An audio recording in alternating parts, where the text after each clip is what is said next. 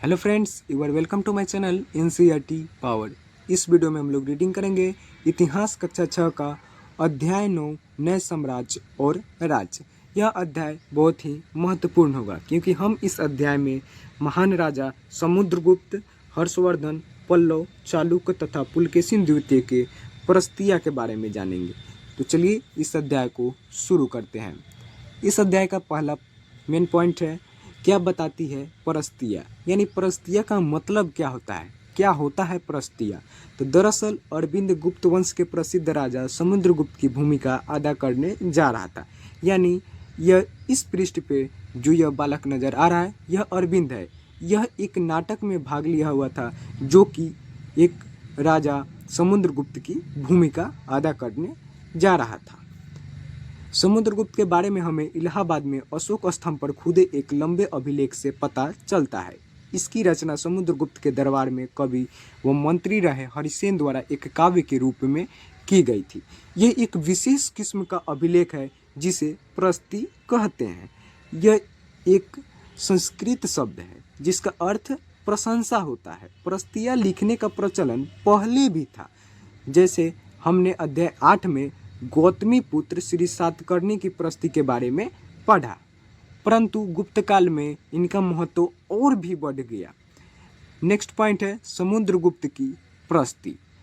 आओ देखें समुद्रगुप्त की प्रस्ति हमें क्या बताती है।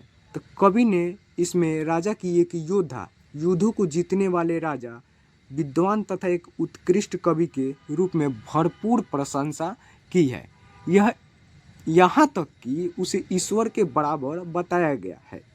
प्रस्तिया में लंबे लंबे वाक्य दिए गए हैं। यहाँ वैसे ही एक वाक्य का अंश भी दिया गया है जिसे अगले पृष्ठ पे प्रस्तुत किया गया है, जो कि इस पृष्ठ पर इस तरह प्रस्तुत किया गया है।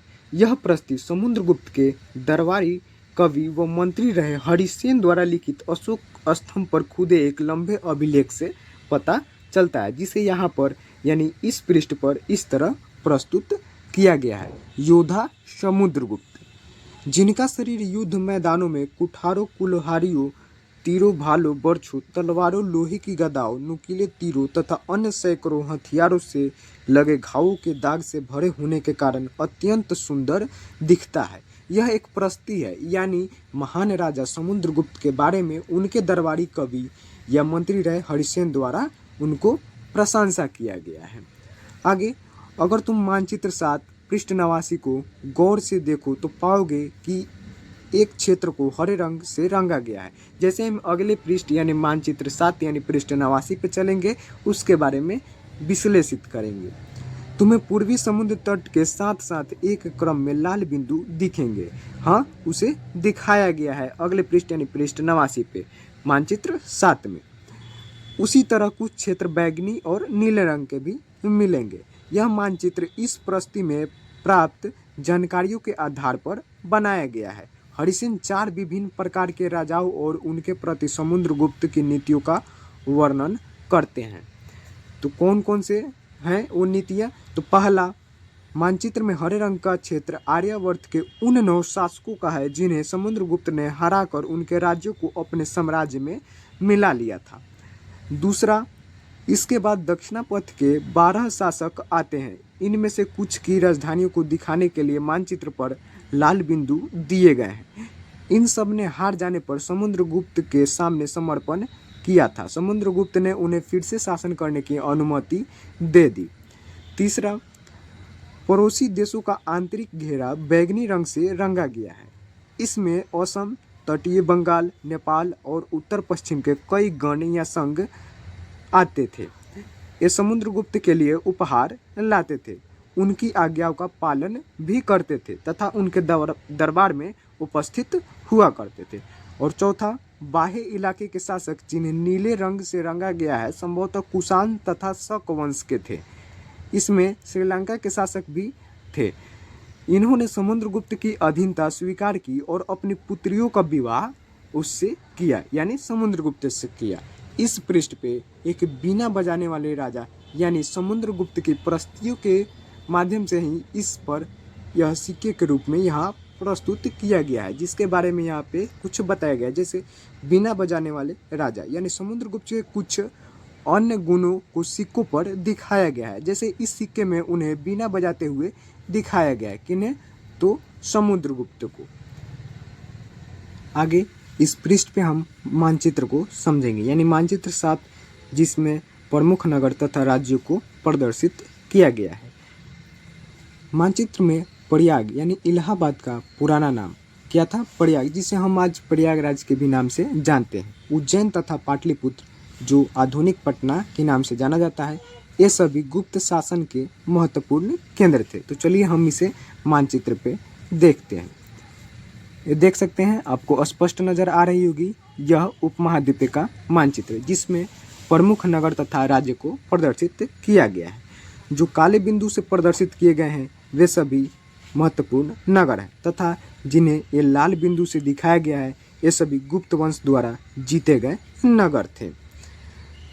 इस मानचित्र में जो आपको यह हरे रंग से यह रंगा आर्यावर्त के उन शासकों का है जो आपको नजर आ रही है, जिन्हें समुद्रगुप्त ने हराकर उनके राज्यों को अपने साम्राज्य में मिला लिया था।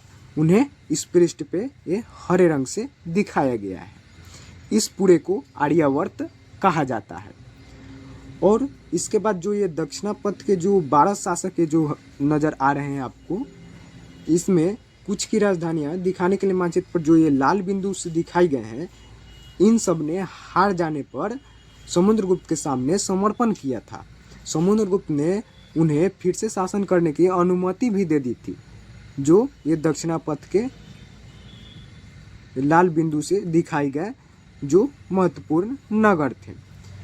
और जो पड़ोसी देश को जो आंतरिक घेरा, जिन्हें बैंगनी रंग से रंगा गया है, जो इस प्रकार इस पृष्ठ पे दिखाया गया है, इसमें असम, तटीय बंगाल, नेपाल, उत्तर पश्चिम के कई गण या संघ आते थे। ये समुद्रगुप्त के लिए उपहार लाते थे और उनकी आज्ञाओं का पालन करते थे तथा उनके दरबार में उपस्थित भी हुआ करते थे।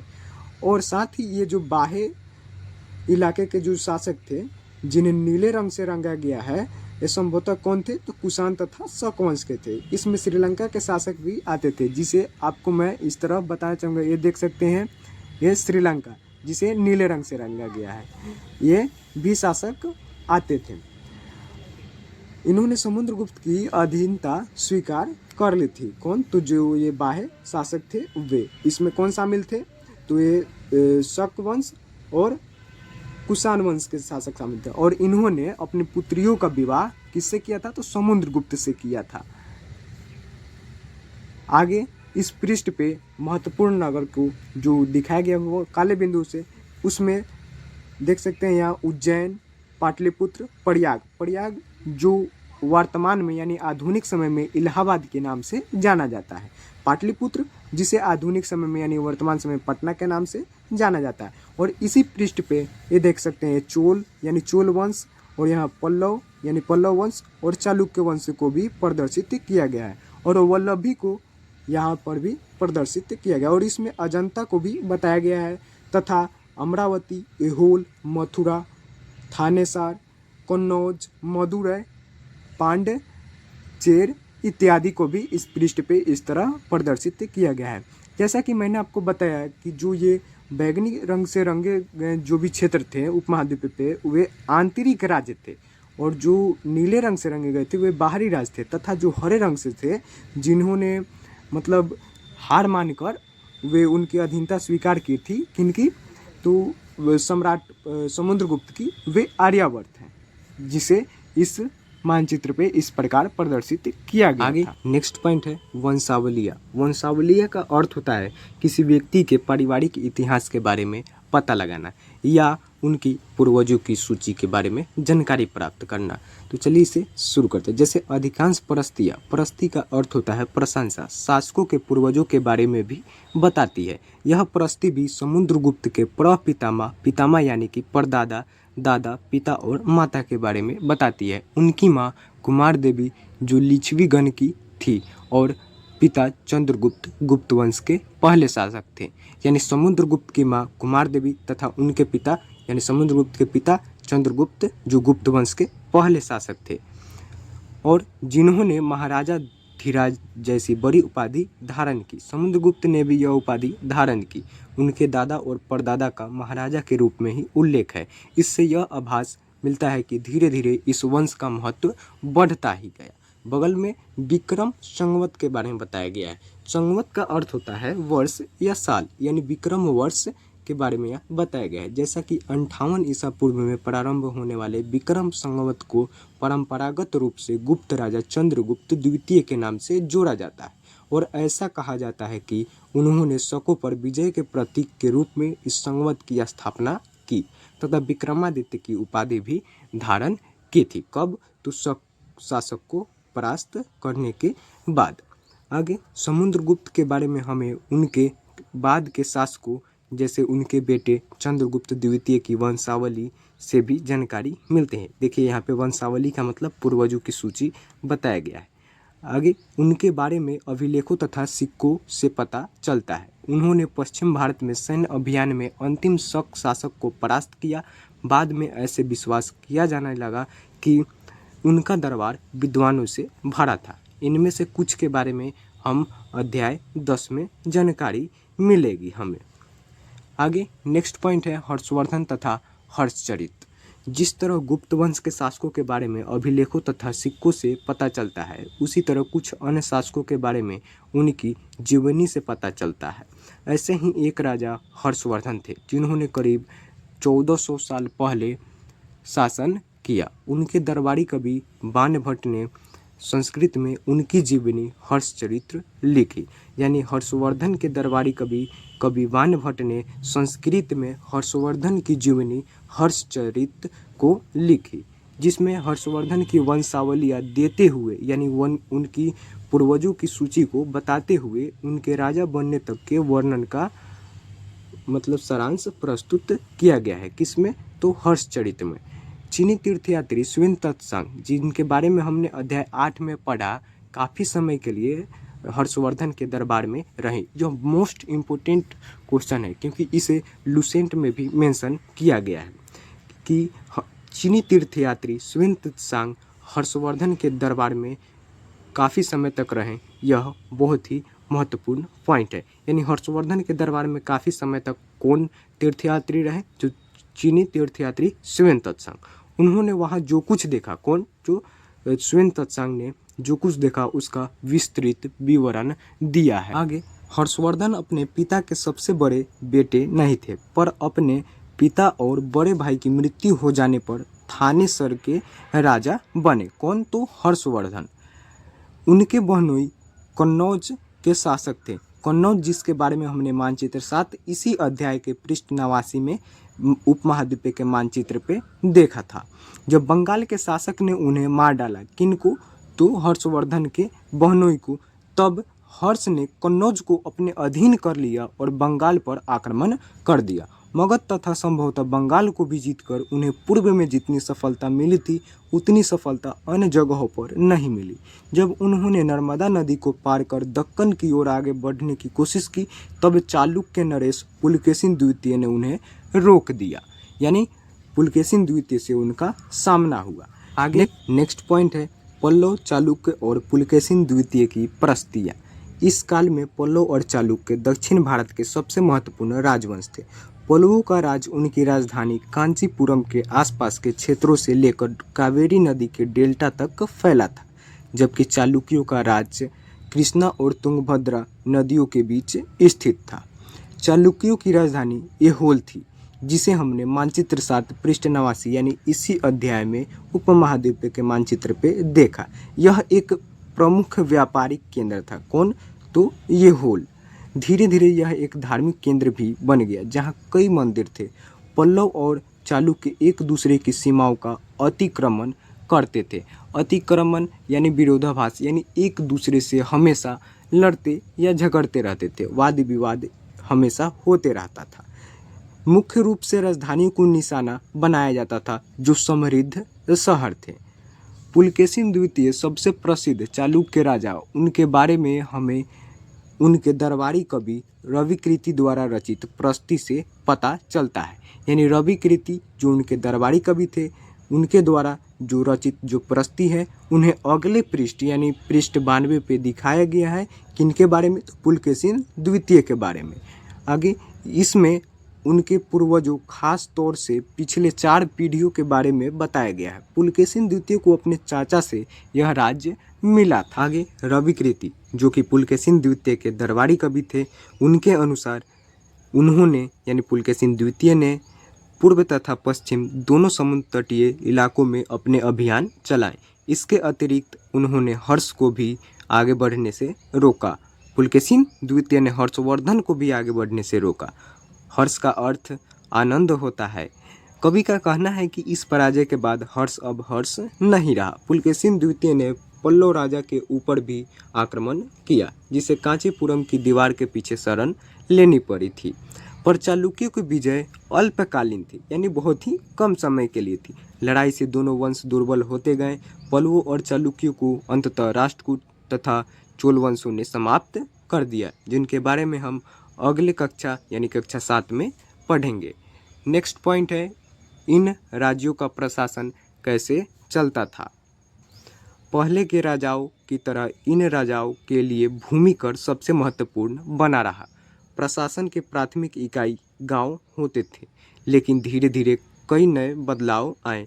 राजाओं ने आर्थिक, सामाजिक, राजनीतिक या सैन्य शक्ति रखने वाले लोगों का समर्थन जुटाने के लिए कई कदम उठाए।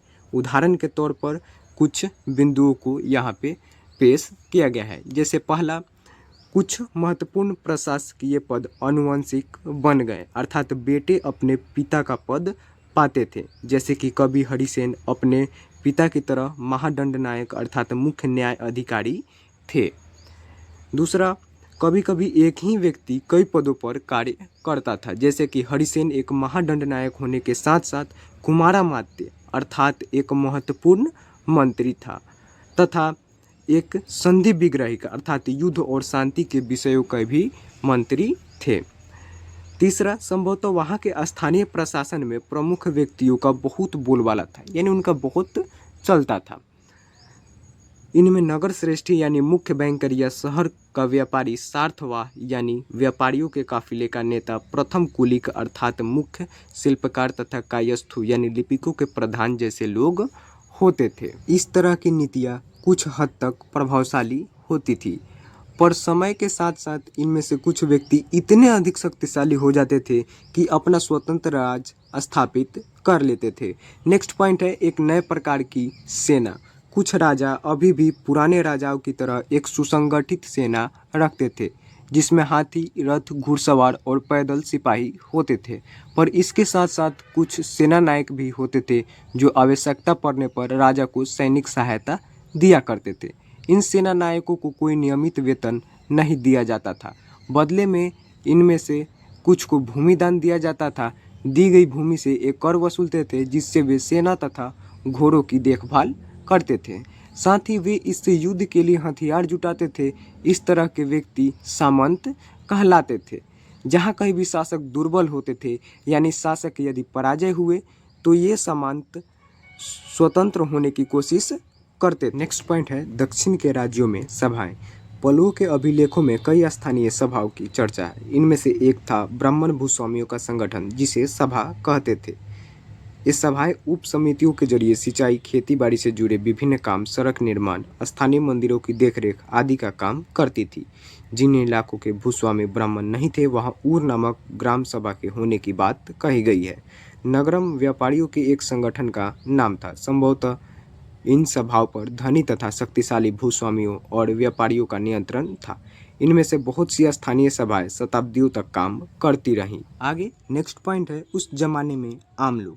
जनसाधारण के जीवन की थोड़ी बहुत झलक हमें नाटकों तथा कुछ अन्य स्रोतों से मिलती है। चलिए इसके कुछ उदाहरण देखते हैं।